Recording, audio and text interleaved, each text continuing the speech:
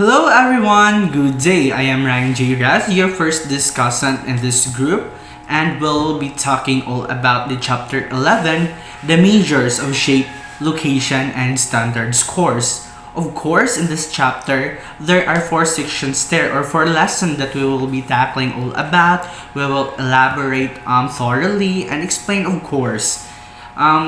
These are the section 11.1, the measure of shapes, section 11.2, the measure of location, section 11.3, the standard scores, and lastly, the section 11.4, test performance interpretation. But first, before we must go further to our discussion, let us have a generalization or summarization of what are the context or the concept in this chapter. Okay, so in this chapter, we'll look at how data can be presented and organized. You might have noticed that not all data sets such as distribution of test scores follows a bell-shaped curve. In many cases, the shape has to be established at first through some measures of shape for accurate interpretation. Furthermore, standardized scores are required for accurate comparison of test results from different groups. And also, such scores enables a degree of precision in comparing scores from different distribution with varying variability and central tendency. Of course, in this chapter, there are the lesson objectives that, of course, we will present to you, our audiences. So, we have the lesson objectives here. Okay, first, describe the characteristics and properties of the measure of shape, location, and various standard score. Second, compute for various measure of shape and location and transform raw scores into standard scores based on the given assessment data. And third, and lastly, differentiate the two ways of interpreting test scores, the norm reference and criterion reference. So again, first and foremost, let me introduce myself again.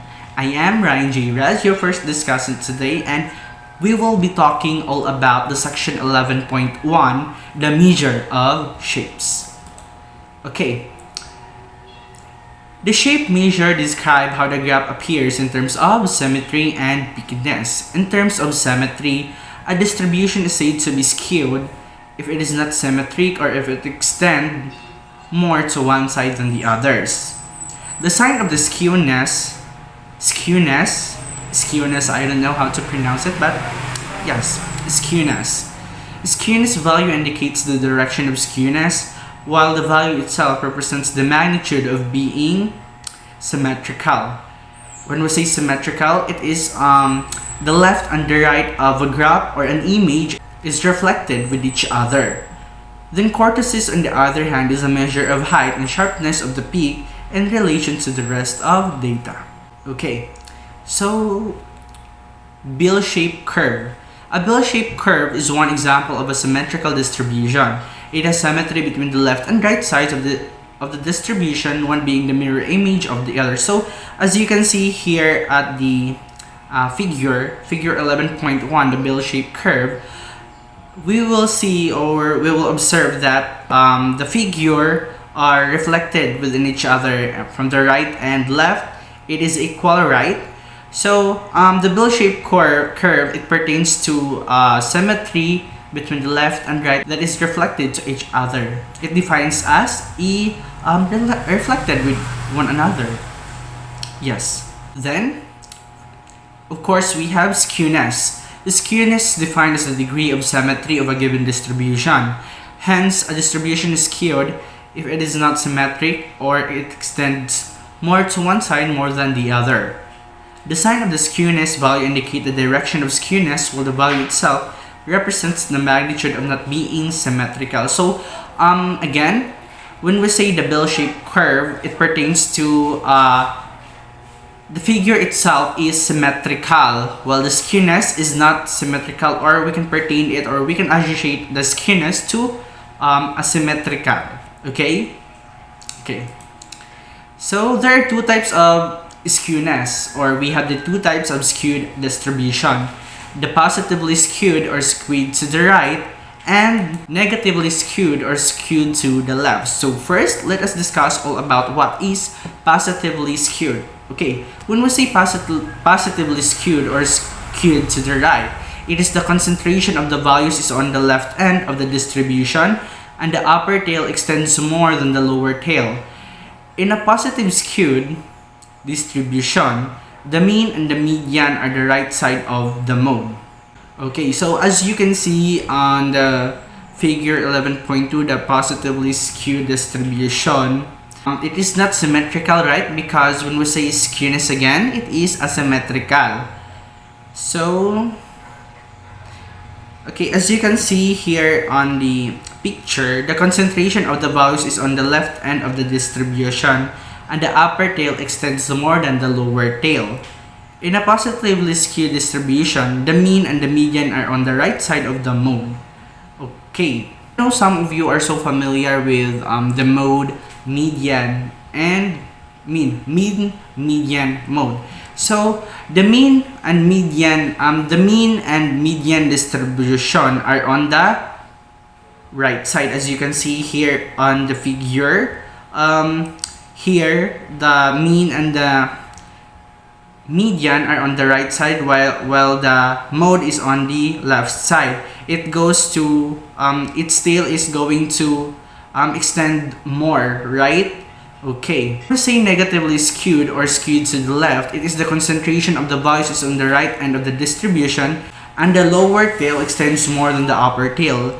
In a negatively skewed distribution, the mean and median are on the left side of the mode. Again, so as we observe in the figure 11.3, the negatively skewed distribution, when we say the median, it is on the right side, and then median, and then the mode. So, mean and median mode are on this, the tail is on the down, that extends more, while the mode is on the left side and goes to it extends more in a higher. Okay, so that is their differences. But those two, the negative and positive skewed, or the positively skewed or skewed to the right and negatively skewed or skewed to the left, are part of the skewness. When we say again the skewness, it pertains to the asymmetrical of distribution. Okay, so second, determining the skewness of a distribution. There are several measures of skewness, each with its specific formula. To illustrate the concept of skewness, let us use the formula for the coefficient of skewness based on the third moment. Okay, we have the formula. Skewness 3 is equals to m3 divided by m2 and the square root of m2, where m sub 3 is equals to the coefficient x minus m cubed divided by n, which is called the third moment, while the m sub 2 is equals to coefficient x minus mean raised to the power of 2 is equals n, which is the variance. Okay, the formula of the slide before, it pertains to serves as the measure of skewness for a data set, distribution of student scores or grades. For the whole population, there is another formula for the sample skewness, but that is beyond the scope of this book. Note that in statistics, a population is defined the collection of elements under consideration in the statistical inquiry according to Almeida 2013. Okay, we have examples here. The following are the midterm examination scores of 15 art education students enrolled in the subject art appreciation. Determine the coefficient of skewness for the distribution. Okay, so in this picture, we have a table here, right? So this is the table 11.1, the midterm examination scores of 15 students in art education, or it's the artificial data. So we have 4 columns there. We have the scores, scores of the students, x minus mean square, and x minus mean cube. Okay, so we'll be tackling the step by step, or the process of how the x minus mean equivalent to negative 8.3 from the scores of 23. Okay. So we have the steps in computing the coefficient of skewness based on the third moment. First, step 1, determine the mean of the scores obtained by the student. In this case, the mean is 31.53.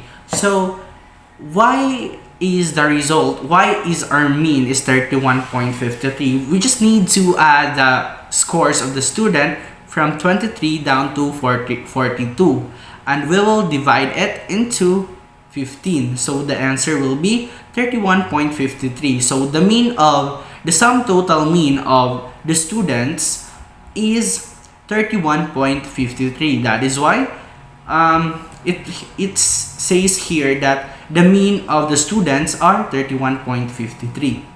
Then step 2, determine the deviation of each scores from the mean.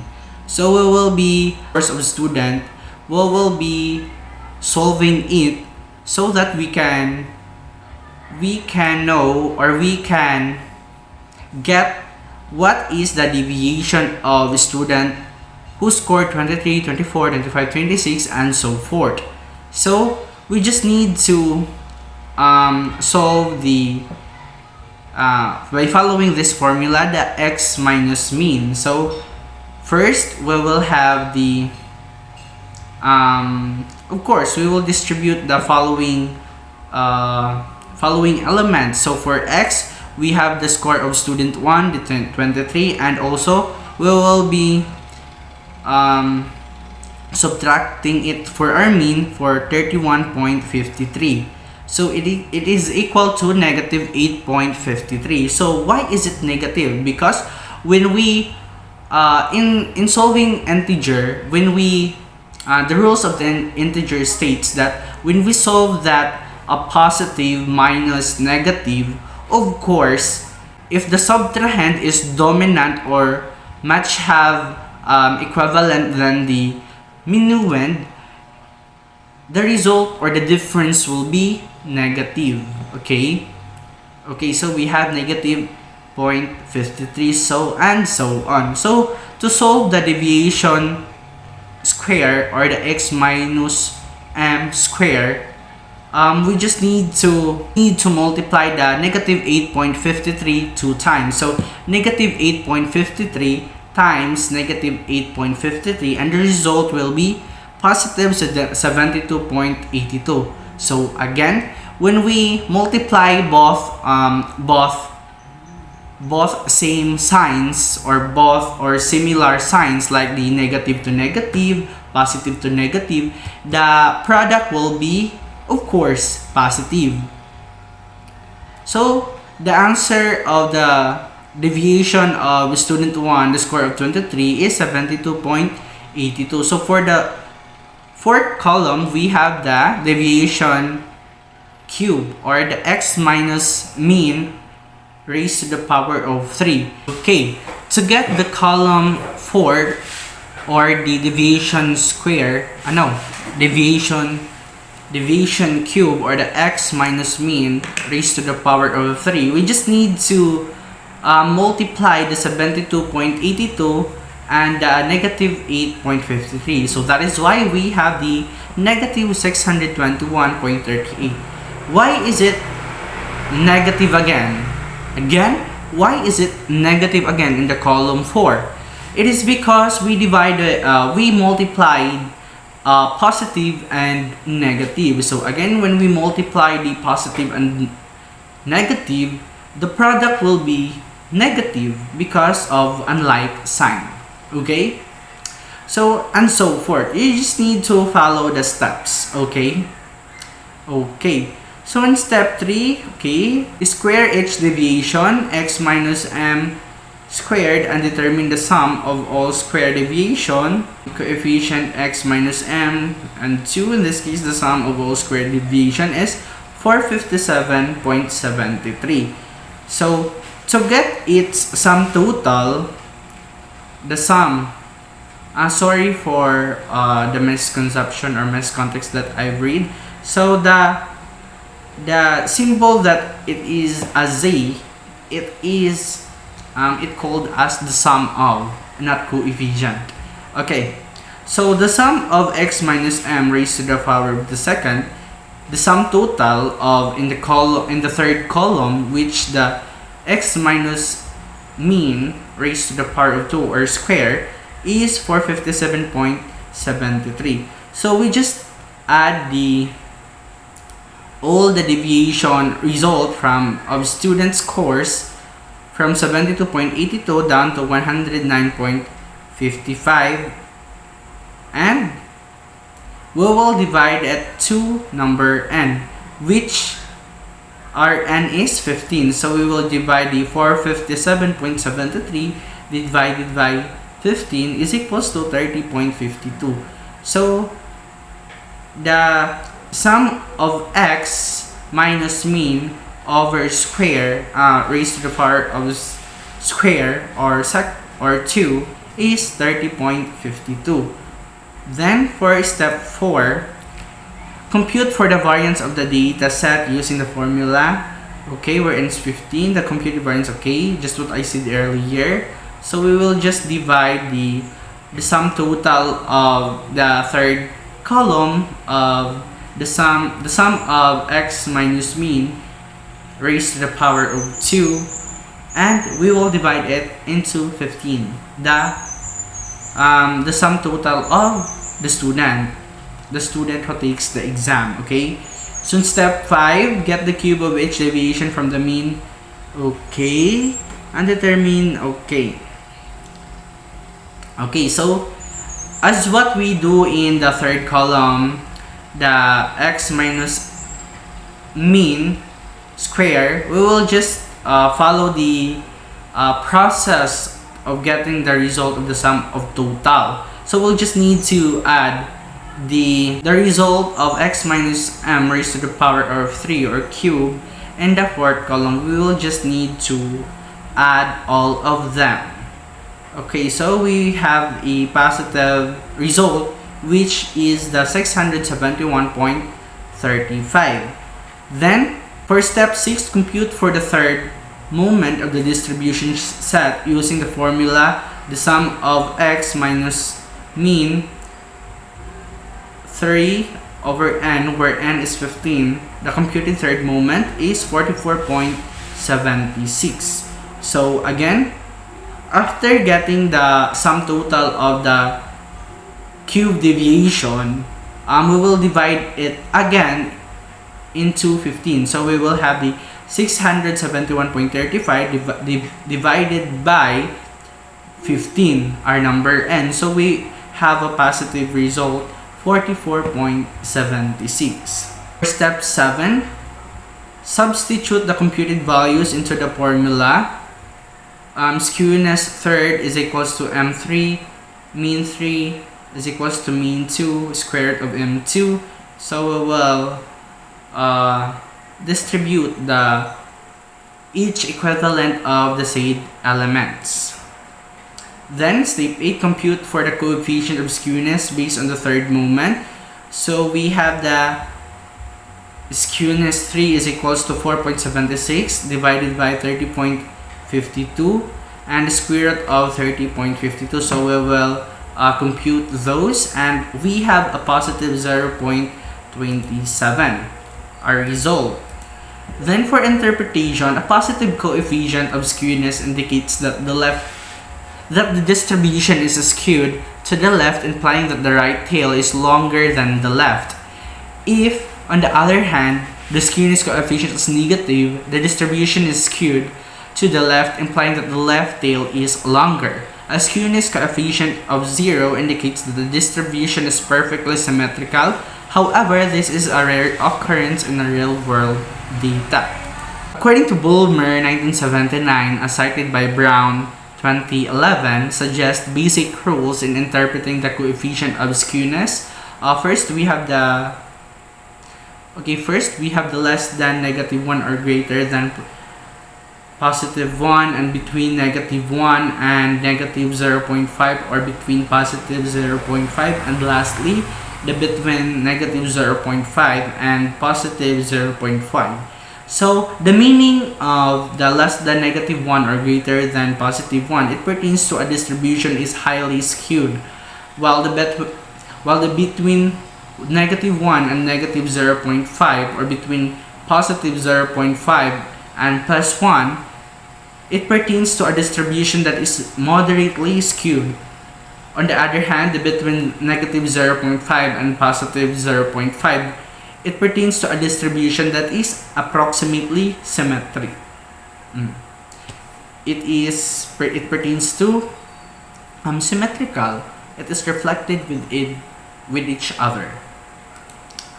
Then, okay, so here's the histogram of the scores of the students in art appreciation. So in the example, the skewness was computed to 0.27, which is between negative 0.5 and plus 0.5. Means that this the distribution of the students' scores in their midterm examination in art appreciation is approximately symmetric.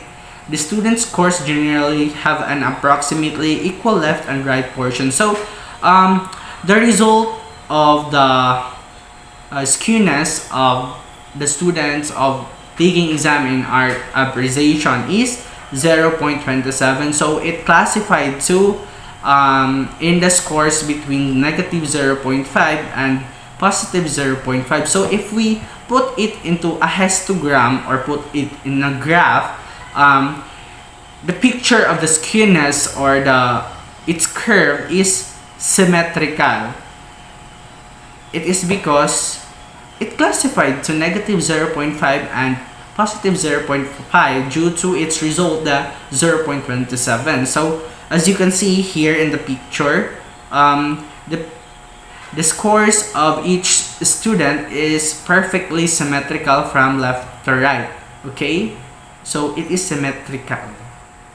Okay, then we will be talking all about the cortices.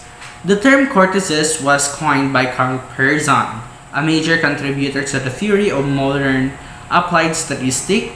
It came from the Greek word cortus, which means convex.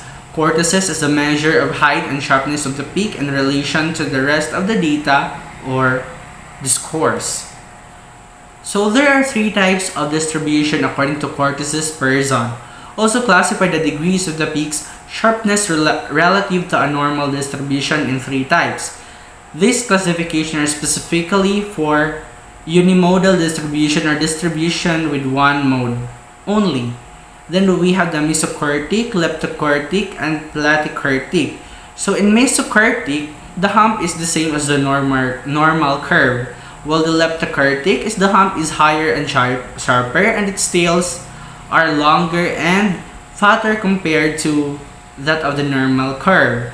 Then lastly, the platycortic, the hump is lower and broader, and its tails are shorter and thinner. This means that there is a little concentration at the middle and scores are more spread out compared to a mesocortic or normal distribution and a leptocortic distribution. So as you can see here, the platycortic is the hump is lower and broader and tails are shorter and thinner. So as you can see here, its tails are thinner and shorter, right? While the mesocortic is, of course, it is a normal curve here, the mesocortic.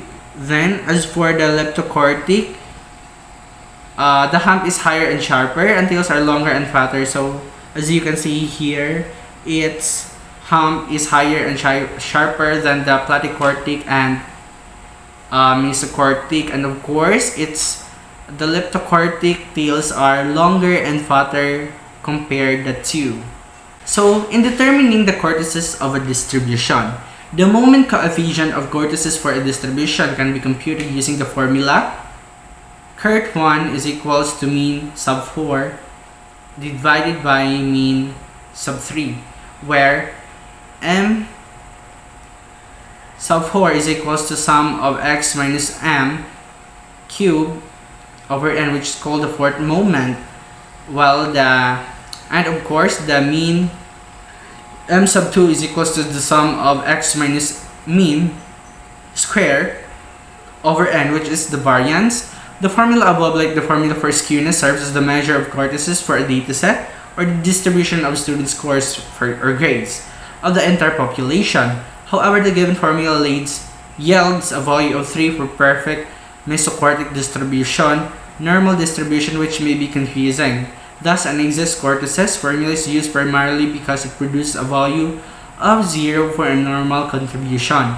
The formula for exact cortices is as follows. The curt 2 is equals to curt 3 minus 3.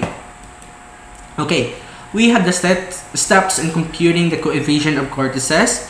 So just what we do in this skewness, we just need to distribute, of course, the scores, the mean, and to get the deviation of in a x minus mean to the higher of 4. So step 1, determine the mean of the scores obtained by the student. In this case, the mean is 31.53 again.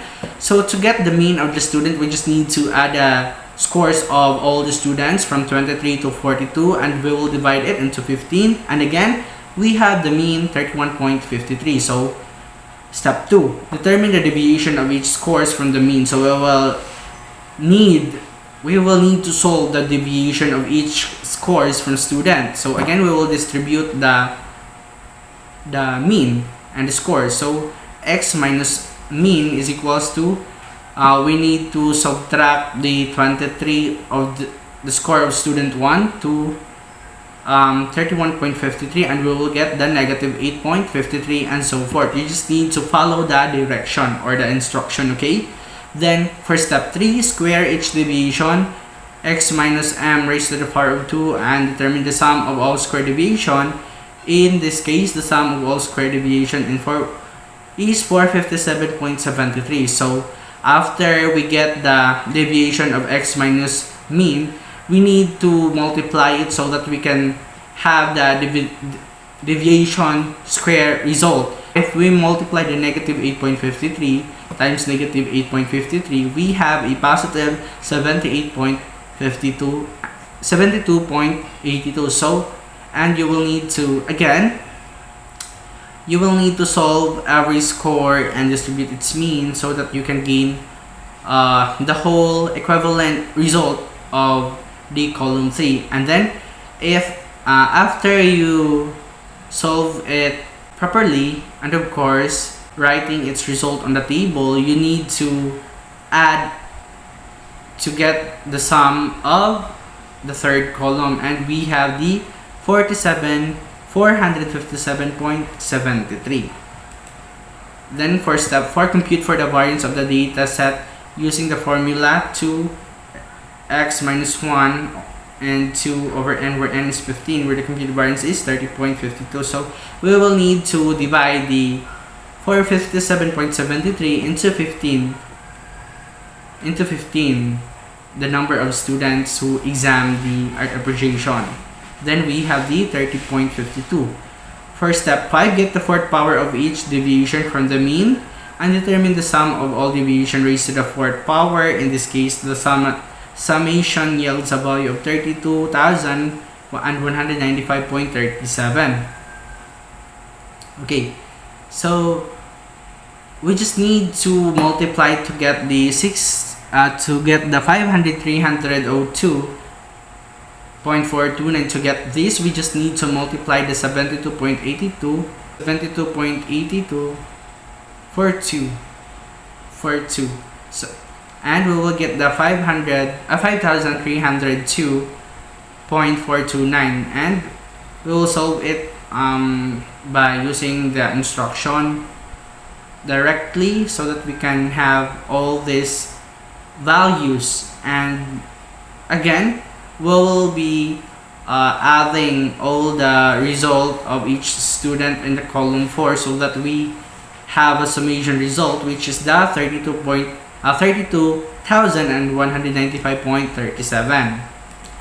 Then for step 6, compute for the fourth moment of the distribution set using the formula, the summation of x minus m 4 over n, where n is 15. The computed fourth moment is 2,146.36. So we just need to distribute and follow this formula and we will divide the 32,195.37 to 15, and we will have the positive result, which is the 2,146.36. So in step 7, substitute the computed value into the formula. So again, our formula will be the current 1 is equals to mean 4 over m2 and 3, and of course we distribute it. So in step 8, compute for the coefficient of vortices based on the fourth moment. So after we distribute, here are the result.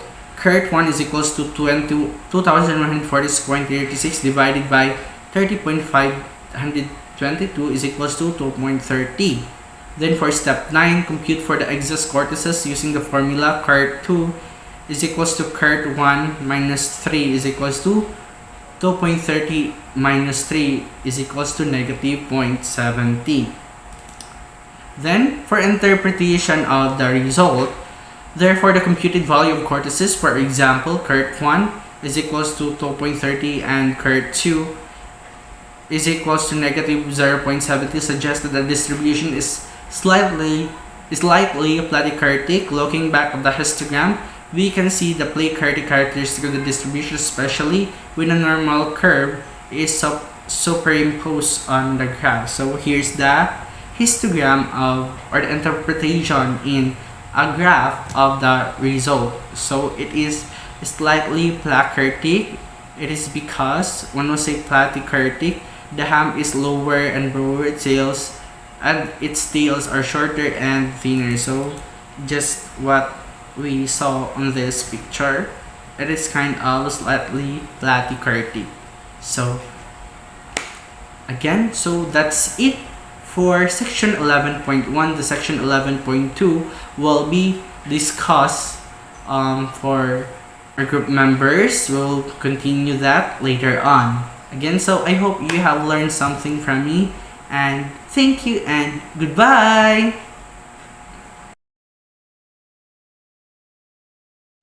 Good day everyone, I am Sanlin M. Ortega and I am the first discussant in the section 11.2 measures of location. So when describing a performances of a student relative to the group, we generally use ranking to determine where a particular score or observation lies in the distribution. So this is the importance of the measures of location. We find out a score at or below which a specified portion of score in a distribution fall. So with the use of measures of location, we can describe the performance of a student as it relates to the performance of the group. So we are also able to find out how many are above or below the score or performances of a particular student. So included in the measures of location are the percentile, quartile, and decile. Percentile. So when we divide the order score into 100 equal parts, we call each part as percentiles. Thus, a percentile is a score in which a specified percentage of scores in the distribution fall at or below it. So, for instance, P88 read as the 88 percentiles is the value where 88% of the ordered score fall at or below it. So there are several ways of determining the value of kth percentile through manual computation. So however, with the availability of softwares, teachers or students may not go through the complexity of computations. So for better understanding of the concept of percentiles, one of those several ways will be discussed later. Steps in determining key percentiles per row scores. So step 1, arrange the scores in an ascending order. So lowest to highest. So step 2, determining you want to compute NK or 100 over 100 where N is the number of score and K is the percentile. So we need to remember it that N is the score, number of scores, and K is the percentile. So NK or 100 is an integer. NK over 100 is an integer. So K percentiles is equal to NK or 100 plus nk or 100 plus 1 over 2 are the score where both nk or 100 and the nk or 100 plus 1 represent the rank of the score from the lowest to highest. For instance, in defining the 40th percentiles from the scores of 20 students, nk or 100 means that 8 scores starting the count from the lowest scores upwards. So if nk over 100 is not an integer, the key percentiles is the ith score in the order score, where I is the closest integer greater than nk over 100. So for example, so find the 10 percentile of the 10, 25 percentile, or the 50 percentile. So from the following test scores obtained from assessment of learning class, so that is the table 11.2a, scores obtained from an ASL class or artificial data. So look at the table. So diba, that is 43, their score are 43, 42, 38, 37, 35, 34, 32, 29, 28, 25. So there are 10 scores showed in the table. So find that 10 percentile. So this is how we find the 10 percentile. So nk over 100 is equal to 10 of close and open parenthesis 10 over 100 is equal to 1. So that is why that is 10, because there is, as we can see, there are 10 scores showed in the table. So 10 over 1, that is the reason. So since 1 is an integer, then 10 percentile is equal to first plus second over 2 is equal to 25 plus 28 over 2, and that is equal to 26.5. So that is why it's turned to 25 plus 28, diba? As we can see in the table, this 25 score is the lowest, the 10th. That is the first score in the lowest, diba? So if we start in the lowest, that is the first score, that is why that is 25, tapos, and plus 28. So 28 is the second lowest score, followed by the followed in the 25. So that is why that is 25 plus 28 over 2 is equal to 26.5. So the identified percentile simply means that 10% of the scores fall below it. So by inspection, you can actually check the number of scores falling at or below 26.5. So finding 25th percentile. So nk over 100 is equal to 10 close and open parentheses. 25th over 100 is equal to 2.5. So since 2.5 is not an integer, then 25th percentile is the ith score, and the ordered score, where I is the closest integer greater than nk over 100, which in this case is the third score. Thus 25th percentiles is equal to 29. So since 25th percentiles is equal to 29, then approximately 25% of the ordered score fall at or below the score 29. Since there are only 10 scores involved and 25% of the 10 is 2.5, the percentile would just be an approximate. So by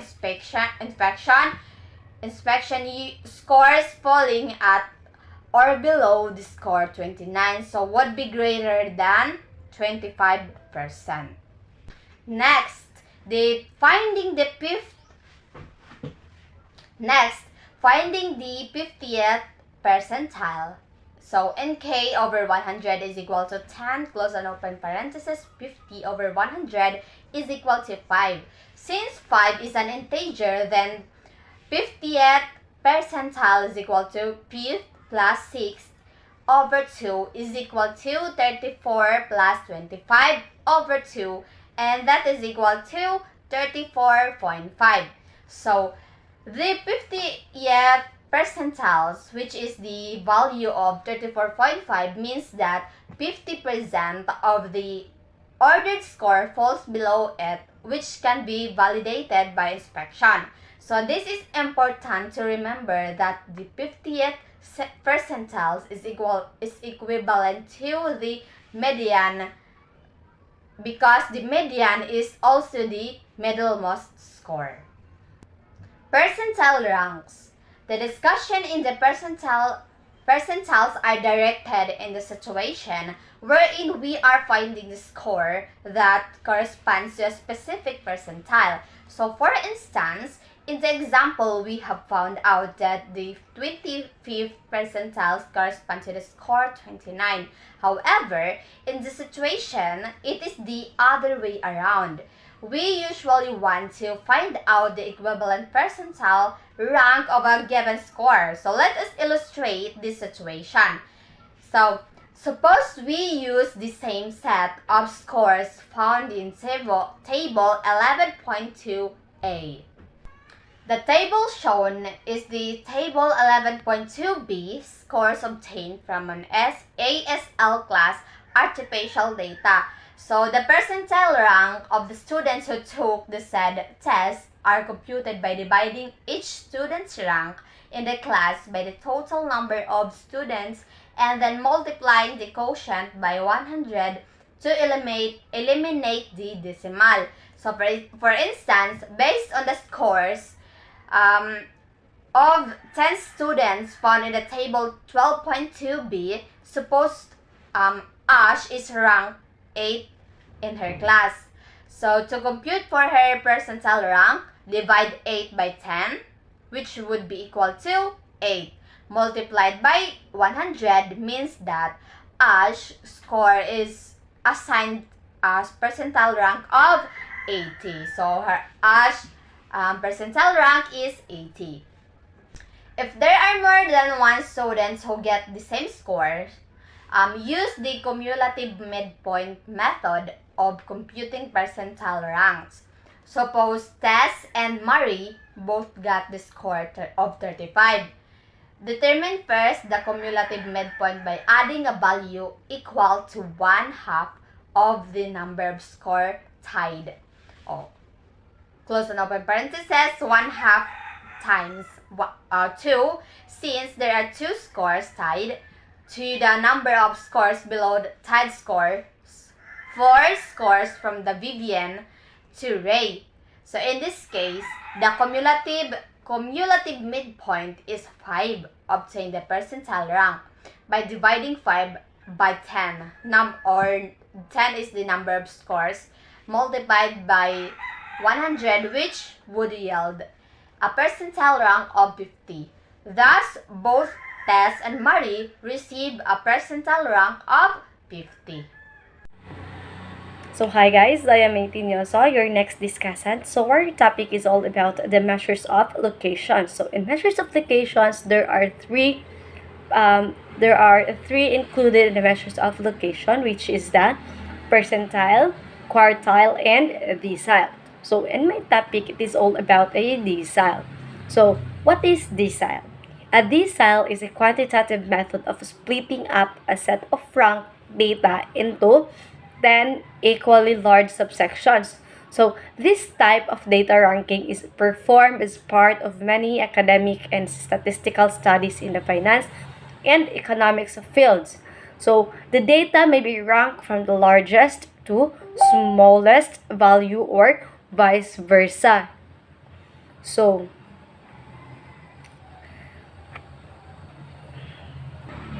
just like the percentile, deciles divide the test scores into equal parts. But unlike percentiles, deciles consist of 9 values that divides an ordered scores into 10 equal parts. So I have here a table. There are in below the 10%, there are D1, D2, D3 up to D9. So the ith decile is described as the value below which is 10 times I%. So, of 10 times I% of the scores lie. For instance, the 8th decile is described as the value before which 80%. So, 10 times 8 of the scores lie. Likewise, the first decile is the value below which 10% of the scores lie. The second decile is the value below which is 20% of the scores lie, and so on. So, of course, there are steps in determining the decile for row scores. So, step 1, arrange the scores in an ascending order, lowest to highest, or lowest to highest. So, in step 2, determine n over 10, where n is the number of scores and k is the decile you want to compute. So, if nk over 10 is an integer, the dk equal nk over 10 plus nk over 10 plus nk over 10 plus 1 over 2 scores where both nk 10 and 2, and nk10 plus 1 represents the rank of the score from the lowest to highest. So if nk over 10 is not an integer, the dk is the ith score in the order scores, whereas I is the closest integer greater than n over 10. So, example, using the same set of score found in table 12.2b, determine the decile. So, finding D2, nk over 10 equal 10 over 10 equals 2 is equal to 2. Since 2 is an integer, then D2 third equal 28 plus 29 over 2 is equal to 28.5. So, interpretation, the second decile, which corresponds to the value 28.5, means that 20% of the ordered scores falls 20% of the ordered scores falls below it, which can also be validated by inspection. Okay, so another example is, suppose we add another score, say the score 23, to the same set of scores in table 12.2b, we will now have a total of 11 scores. So, determine D. So, the findings is nk over 1 is equal to 11, then 8 over 10 is equal to 8.8. Since 8.8 is not an integer, then D is the 8th score in the ordered score, where I is the closest integer greater than nk over 10. So which in this case is the 9th score. Thus, dk is equal to 38. The 9th score starting from the score 23 upwards. So interpretation, the 8th decile, which is corresponds to the score 38, means that 80% of the ordered score falls at or below it.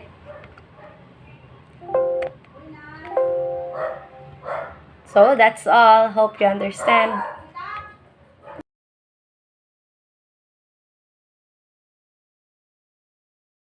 So good evening, everyone. So I am the discussants of section 11.2. So quartiles. Quartiles are points that divide and order sets of a data or scores into four equal parts. In a set of scores, there are actually three values that divide the scores in four equal parts. So sa quarter 1 is 25%, quarter 2 25%, quarter 3 25%, and quarter 4 25%. So equivalent is 100%. So sa kada quarter is yaoy na ay sa kada quarter, for example, quarter 1 they have a 25%, quarter 2 25%, quarter 3, 25%, quarter 4, 25%. Amo ini sila ang yaon sa kada quarter na ato ibali mag mag gibali maghimo kita ng gibali mag ano kita kung magkuha uno na to pagkuha ng yaon scores from highest to lowest. So this is the the steps in determining for how to compute the scores from highest to lowest. So first step 1, arrange the scores in a ascending order, lowest to highest. So step 2, determining nk, it's formulated by nk over 4, where n is the number of the scores and k is the quartile you want to compute. Meaning ang n kay amo yung tong pila ka student unya kakuha ng lowest or highest. Then ang k amo yun sa nagrepresent sa kibali amo yun quarter niya. Balik kung quarter 1 ba or yung quarter 1 bang gusto niyo compute for scoring. So if nk is over 4 is an integer, so qk is equals to nk divide 4, so plus nk divide 4 plus 1. So the score is where both nk divide 4 and the nk divide 4 amo yun siya ang represent ng both, tapos ang nk divide 4 plus 1 yung may plus 1 na amo yun siya ang represent the rank score from lowest to highest.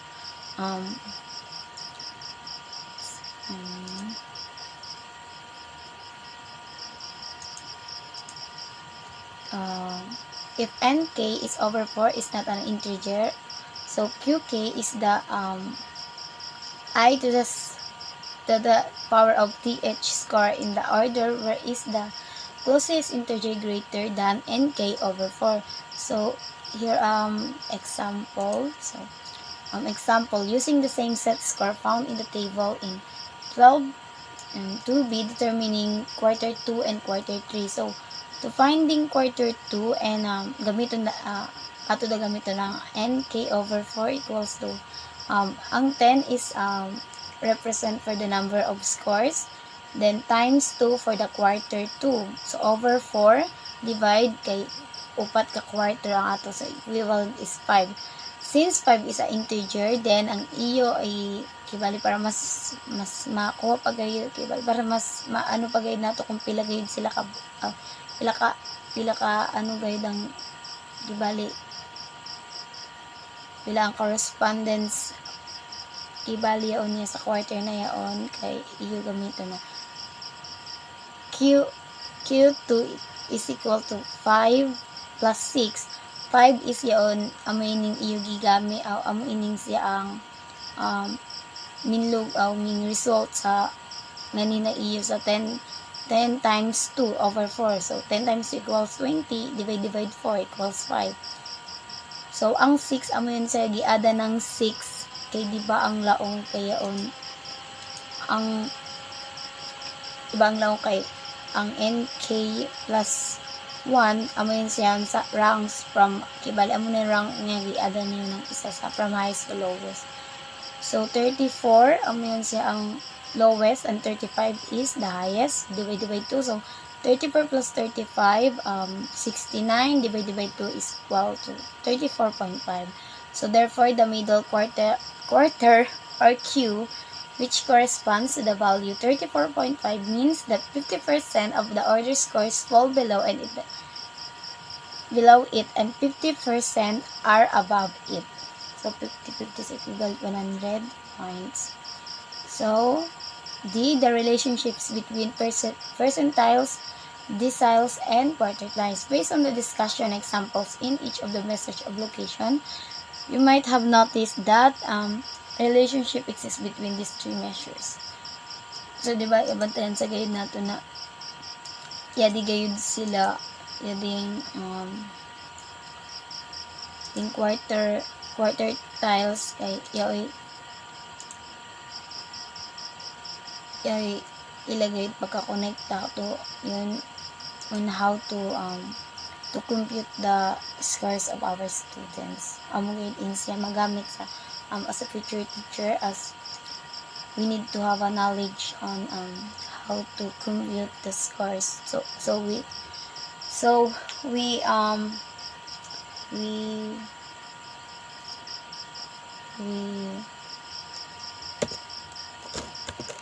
we know of some students are nakasabot ba sa ato gi topic based on exam na ato gi hatag sa ila. That's all. Thank you. Next, we have the section 11.3, the standard scores. In assessment of learning, accuracy of interpretation is highly valued, such as when comparing performances of students, like those indicated by the test scores from several different areas, subjects, groups, or scales. This task is accomplished by transforming distributions of scores into what we call standard scores.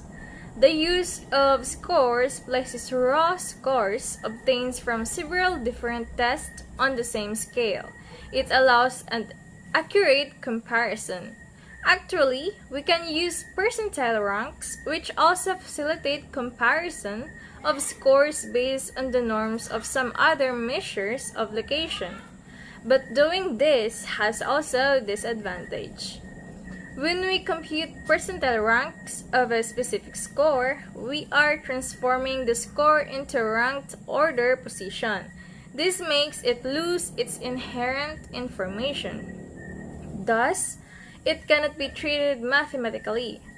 Standard scores, in other hand, can be treated mathematically but are more difficult to explain, especially to those people, parents, or students who are not familiar with it.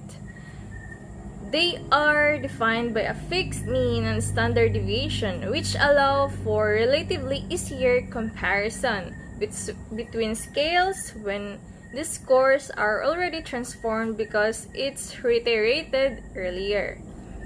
They place these scores in the same scale. Among the standard scores that will be discussed, like in the z-scores, t-scores, and stanines. Now we have the z-scores. It is the most common standard score. It is defined to always have a mean of sigma and a standard deviation of 1. A raw score can be transformed into a zero score by getting a difference with the mean is subtracted from the raw score and then divide it by the standard deviation of the set of scores. This is represented by the formula. You can see the formula here. We can give an example too.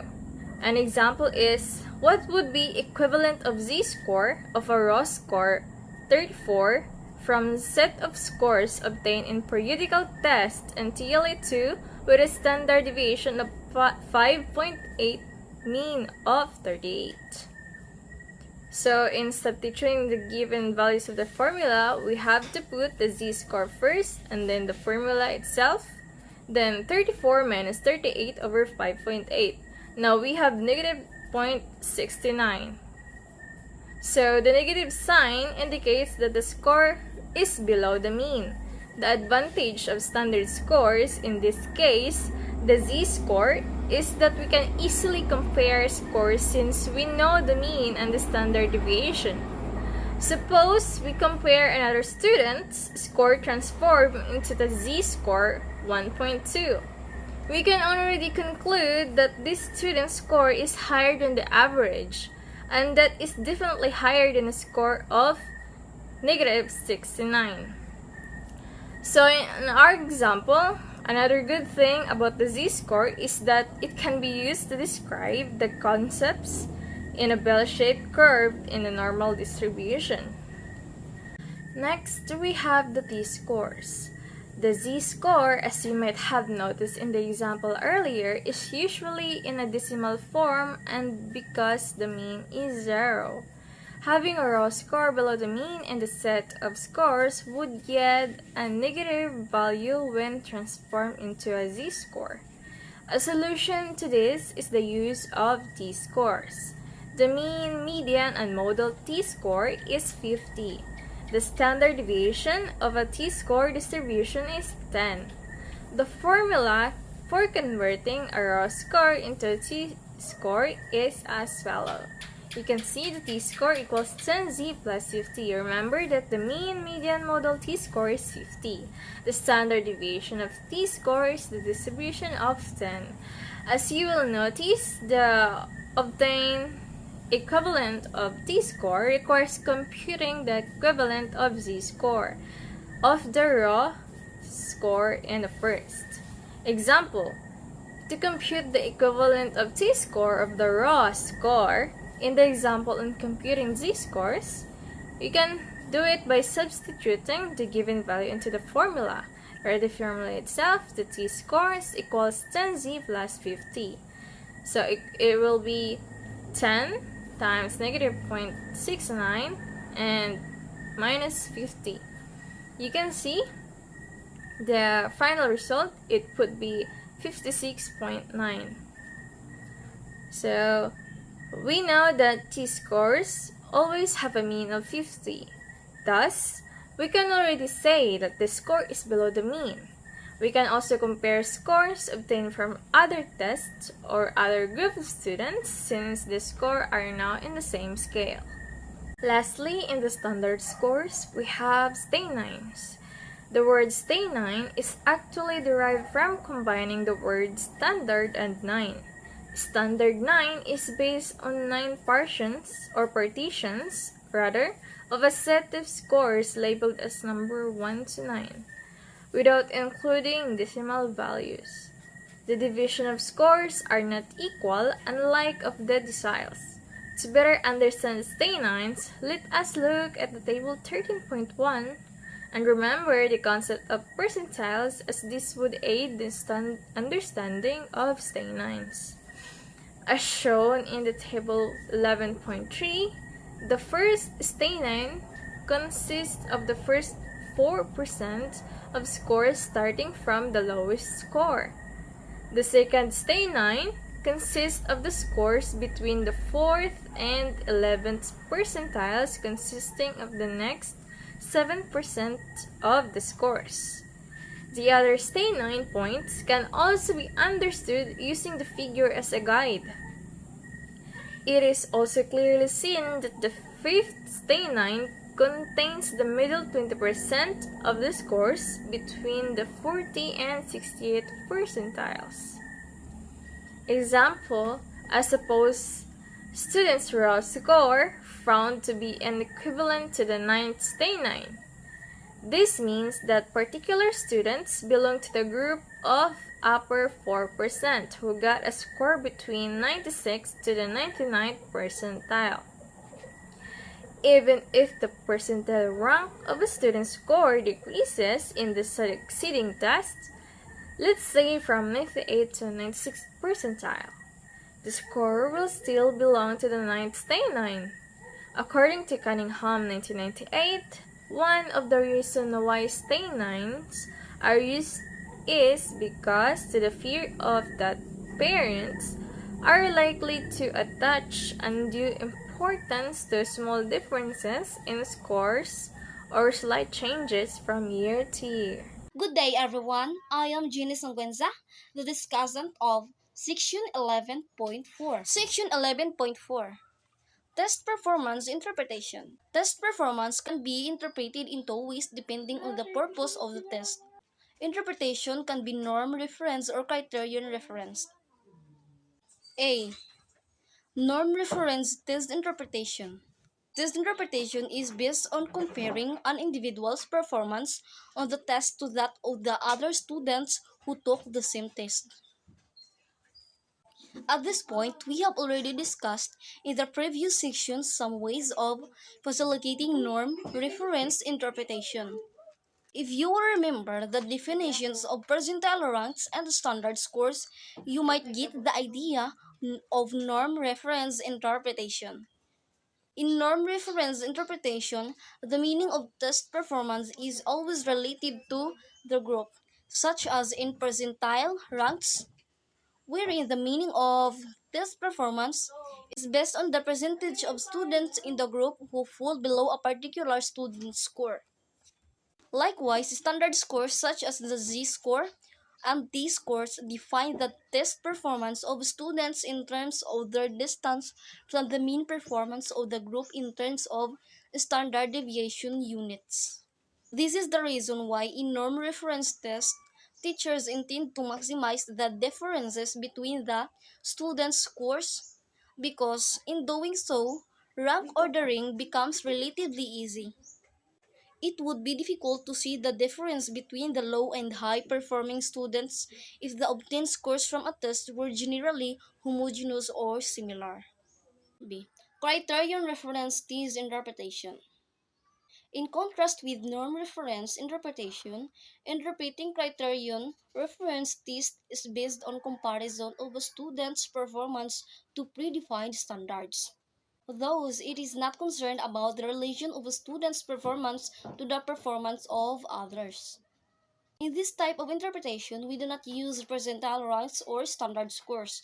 We describe the performance of a student compared to the desired learning outcome, whether it was mastered or not mastered. An example would be in interpreting raw scores as percentage correct score. If the test is constructed already with criterion reference interpretation in mind, the items that would be included are measured of a clearly stated learning outcomes. Those percentage correct score would be much applicable since it would be suited as a measure of how much the students have mastered or not mastered the learning outcomes. In performance-based test, criterion reference interpretation can be based on specific criteria such as in terms of speed or accuracy. For instance, in a test to identify the mystery of computer education students in touch typing, we can interpret the performance based on the number of words typed per minute or speeds, and the number of errors committed or accuracy.